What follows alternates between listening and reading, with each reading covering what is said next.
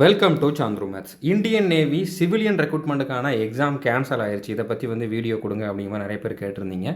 இது கம்ப்ளீட்டாக எல்லா இடத்துலையும் கேன்சல் ஆகலை. ஒரு சில சென்டரில் ஒரு சில போஸ்ட்டுக்கான எக்ஸாம் மட்டும் தான் கேன்சல் ஆகிருக்குது. ஸோ அது என்னென்ன அப்படிங்கிறத நம்ம இந்த வீடியோவில் பார்க்கலாம்.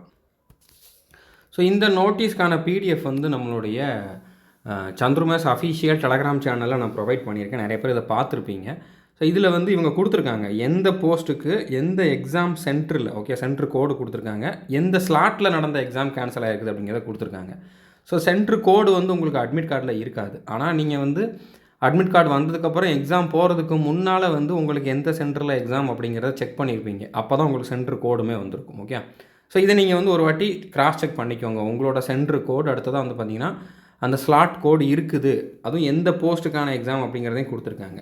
ஸோ இதில் உங்களுடைய எக்ஸாம் இருந்துச்சு அப்படின்னா, நீங்கள் எழுதின அந்த சென்டர் கோடு, அந்த ஸ்லாட்டு அடுத்ததாக அந்த போஸ்ட்டுக்கான எக்ஸாம் இருந்துச்சு அப்படின்னா, ஸோ உங்களுக்கு அந்த எக்ஸாம் கேன்சல் ஆகிருக்கும். எல்லாருக்குமேலாம் கேன்சல் ஆகலை, ஒரு சில இடத்துல மட்டும்தான் கேன்சல் ஆகிருக்குது. ஓகே, ஸோ இதுக்கான எக்ஸாமினேஷன் திரும்ப கண்டக்ட் பண்ணுவாங்க. அது எப்போ அப்படிங்கிறத அவங்க சொல்லலை, ஆனால் கண்டிப்பாக பண்ணுவாங்க. நான் ஆல்ரெடி இந்த பர்டிகுலர் சென்டரில் எனக்கு எக்ஸாம் இருந்துச்சு, நான் அட்டன் பண்ணலை, எக்ஸாமில் போய் அட்டன் பண்ணலாமான்னு கேட்டிங்கன்னா பண்ண முடியாது. ஆல்ரெடி இதில் அப்பியர் ஆனவங்க தான் திரும்ப எக்ஸாமில் அப்பியர் ஆக முடியும். ஓகே, ஸோ புரிஞ்சிருக்குன்னு நினைக்கிறேன். தேங்க்யூ.